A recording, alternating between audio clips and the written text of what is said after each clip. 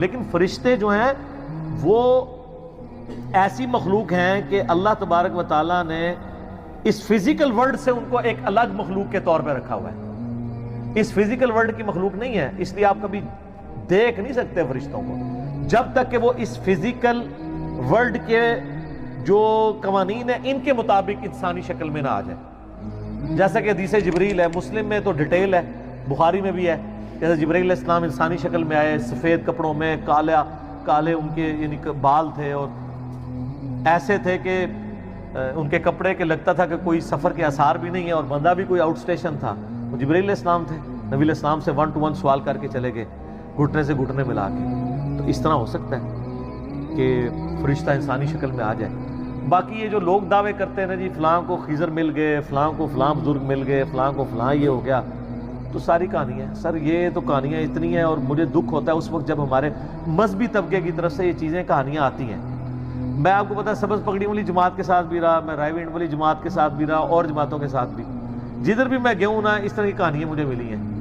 میں حرم مکہ میں بیٹھا ہوا تھا تو ایک تبلیغی جماعت کے بھائی تقریباً آدھا گھنٹہ میں نے دیکھا وہ یوں دعا کرتے رہے, اور آدھا گھنٹہ دعا کرنا بڑا کنوکشن والا ایمان والا بندہ ہی کر سکتا ہے. ابھی جمعے میں کافی ٹائم تھا, سلام پھیرا, تعارف ہوا, انڈیا کے تھے, تو کرتے کرتے تو وہ کہنے لگے یہ ابھی جو ہمارا بنگلہ دیش والا اجتماع تھا نا اس میں صحابہ کرام سمیت نبی علیہ السلام تشریف لائے تھے, لوگوں نے دیکھا ہے.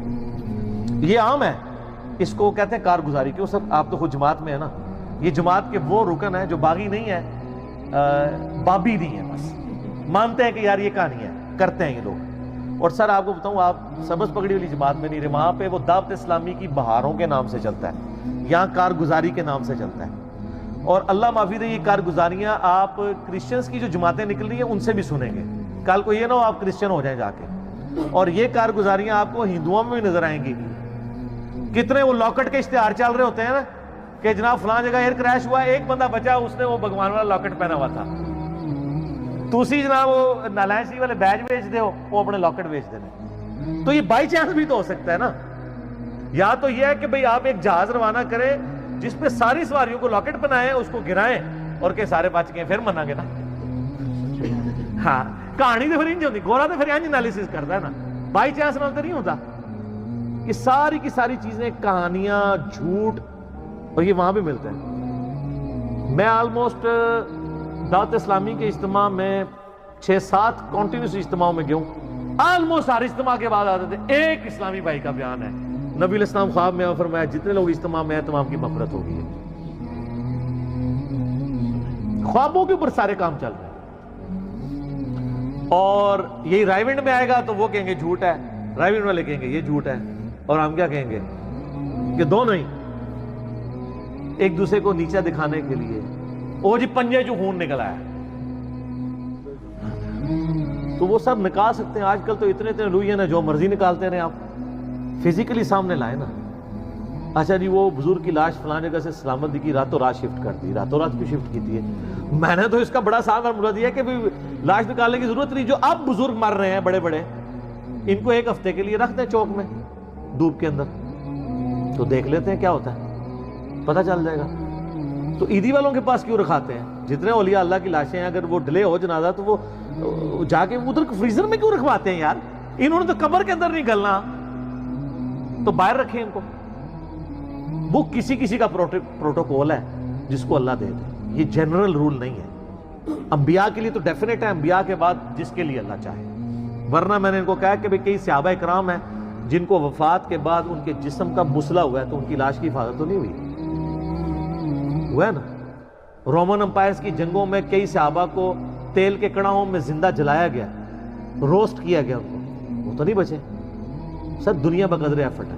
اس سے بھی بڑھ کے ابو عبیدہ ابن جراح طاعون کے مرض میں مبتلا ہو کے شہید ہوئے. سر طاعون کے مرض میں انسان کی کیا حالت ہوتی ہے؟ جسم کے اوپر پھوڑے نکلتے ہیں اور پھر تعفن پھیلتا ہے اور اس کی تکلیف جیسے انسان مر جاتا ہے. اتنے بڑے بڑے پھوڑے نکلتے ہیں. اور یہاں وہ جنید جمشید صاحب جب شہید ہوئے ایئر کریش میں تو کہتے ہیں دیکھو جی کیسی موت مر آئی ہے. تو میں آپ سے پوچھتا ہوں ان کو تو چھوڑ دیں.